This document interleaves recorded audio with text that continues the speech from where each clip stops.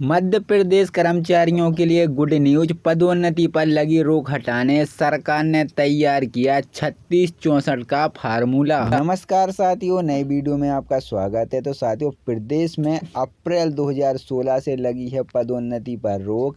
पदोन्नति पर लगी रोक हटाएगी सरकार ने तैयार किया है 36 और 64 का फार्मूला। 4 लाख कर्मचारियों को प्रमोशन का इंतजार।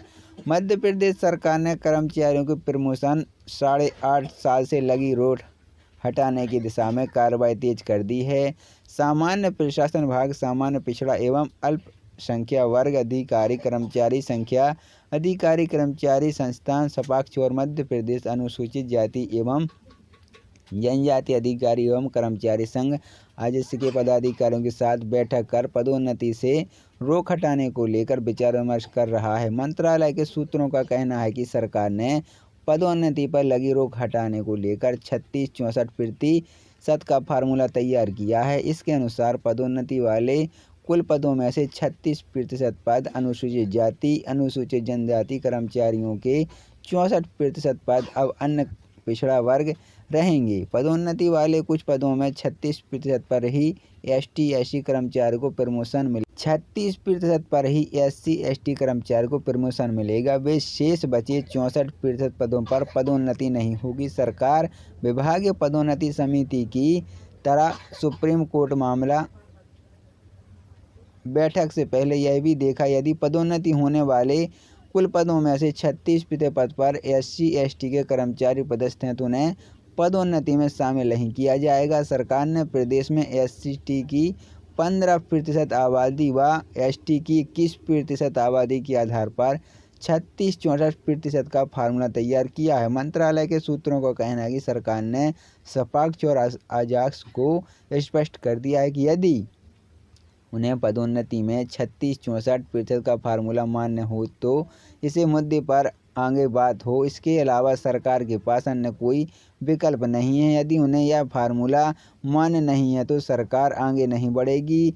पूर्व की तरह सुप्रीम कोर्ट में मान्यता चलेगी और कोर्ट का आदेश सरकार को मान्य होगा। और अपर मुख्य सचिव सामान्य प्रशासन विभाग संजय द्विवेदी कहना है कि पदोन्नति पर रोक हटने के संबंध में सपाक्स और अजाक्स के पदाधिकारियों के साथ बैठक हुई और अभी कोई अंतिम निर्णय नहीं हुआ है। 8.5 साल से बगैर प्रमोशन 75,000 कर्मचारी रिटायर। मध्य प्रदेश ने 30 अप्रैल 2016 को मध्य प्रदेश लोक सेवा पदोन्नति अधिनियम 2002 खारिज कर दिया था। कोर्ट ने 2002 के बाद पदोन्नति पाने वाले आरक्षित वर्ग के कर्मचारियों को पदोन्नत करने का आदेश दिया था। राज्य शासन ने इस फैसले के खिलाफ 12 मई 2016 को सुप्रीम कोर्ट में याचिका दायर किया। मामला अभी सुप्रीम कोर्ट में विचाराधीन है। पदोन्नति के इंतजार में 8.5 साल में 75,000 से ज़्यादा अधिकारी कर्मचारी सेवानिवृत्त हो चुके हैं।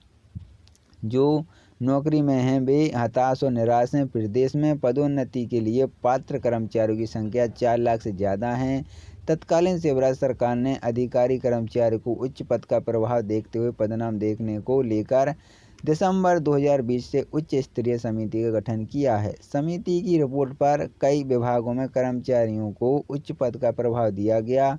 फिर सरकार ने पदोन्नति का फार्मूला तय करने के लिए सितंबर 2021 में मंत्री समूह का गठन किया और मंत्री समूह ने इस संबंध में सरकार को रिपोर्ट दी है कि इसका क्रियान्वयन नहीं किया जा रहा है।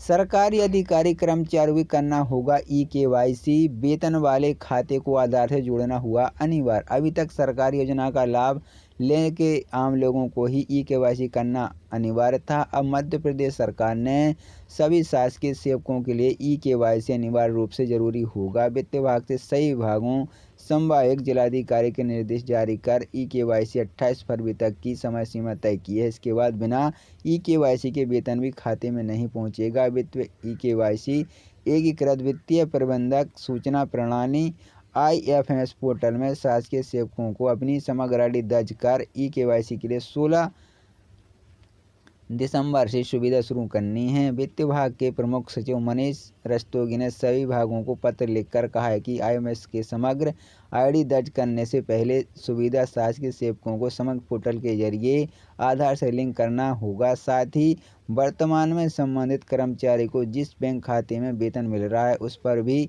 आधार से लिंक होना चाहिए। समग्र आईडी बैंक खाते का आधार से लिंक होने के बाद ही संबंधित कर्मचारी आईएफएसआई पर ई-केवाईसी कर सकेंगे। वित्त विभाग ने सही भागों को कहा है कि अधीनतम बजट नियंत्रण अधिनियम आहरण संवितरण अधिकारी शासकीय सेवकों की समग्र आईडी को आईएफएसआई में दर्ज करने का काम 28 फरवरी 2025 तक कर लें। संविदा एवं अन्य कर्मचारियों को करानी होगी ई-केवाईसी।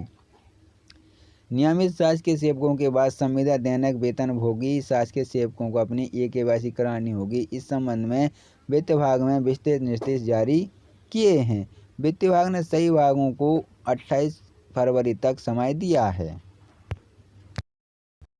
शेष बचे 64% पदों पर पदोन्नति नहीं होगी। सरकार विभागीय पदोन्नति समिति की तरह सुप्रीम कोर्ट मामला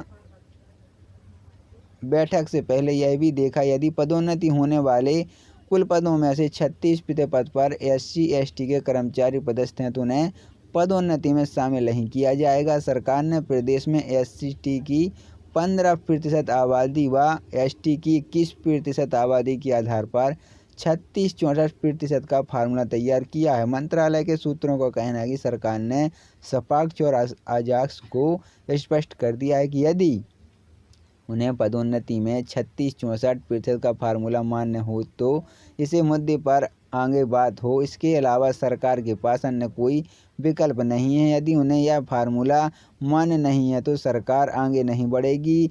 पूर्व की तरह सुप्रीम कोर्ट में मान्यता चलेगी और कोर्ट का आदेश सरकार को मान्य होगा। और अपर मुख्य सचिव सामान्य प्रशासन विभाग संजय द्विवेदी कहना है कि पदोन्नति पर रोक हटने के संबंध में सपाक्स और अजाक्स के पदाधिकारियों के साथ बैठक हुई और अभी कोई अंतिम निर्णय नहीं हुआ है।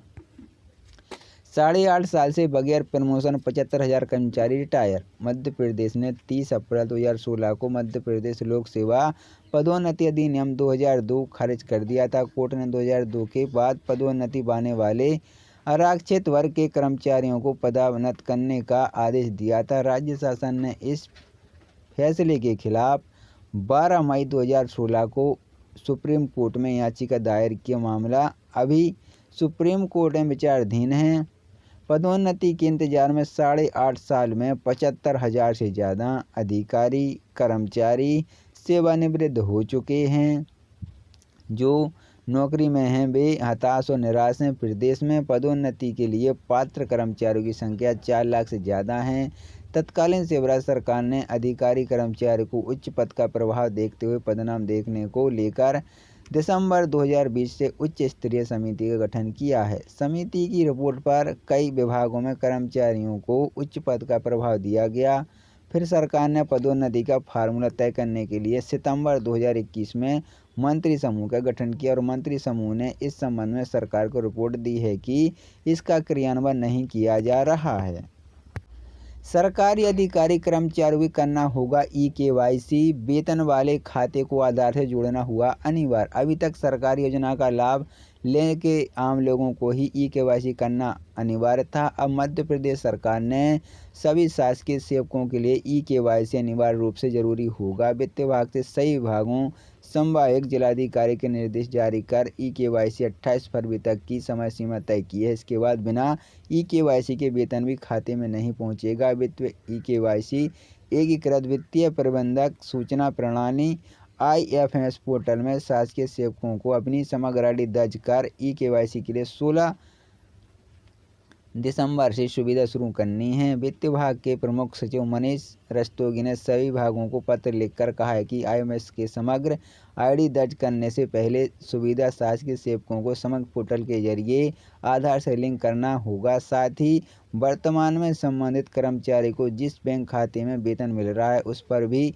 आधार से लिंक होना चाहिए। समग्र आईडी बैंक खाते का आधार से लिंक होने के बाद ही संबंधित कर्मचारी IFMS पर ई-केवाईसी कर सकेंगे। वित्त विभाग ने सही विभागों को कहा है कि अधीनतम बजट नियंत्रण अधिनियम आहरण संवितरण अधिकारी शासकीय सेवकों की समग्र आईडी को IFSI में दर्ज करने का काम 28 फरवरी 2025 तक कर लें। संविदा एवं अन्य कर्मचारियों को करानी होगी eKYC। नियमित शासकीय सेवकों के बाद संविदा दैनिक वेतनभोगी शासकीय सेवकों को अपनी eKYC करानी होगी। इस संबंध में वित्त विभाग में विस्तृत निर्देश जारी किए हैं। वित्त विभाग ने सही विभागों को 28 फरवरी तक समय दिया है।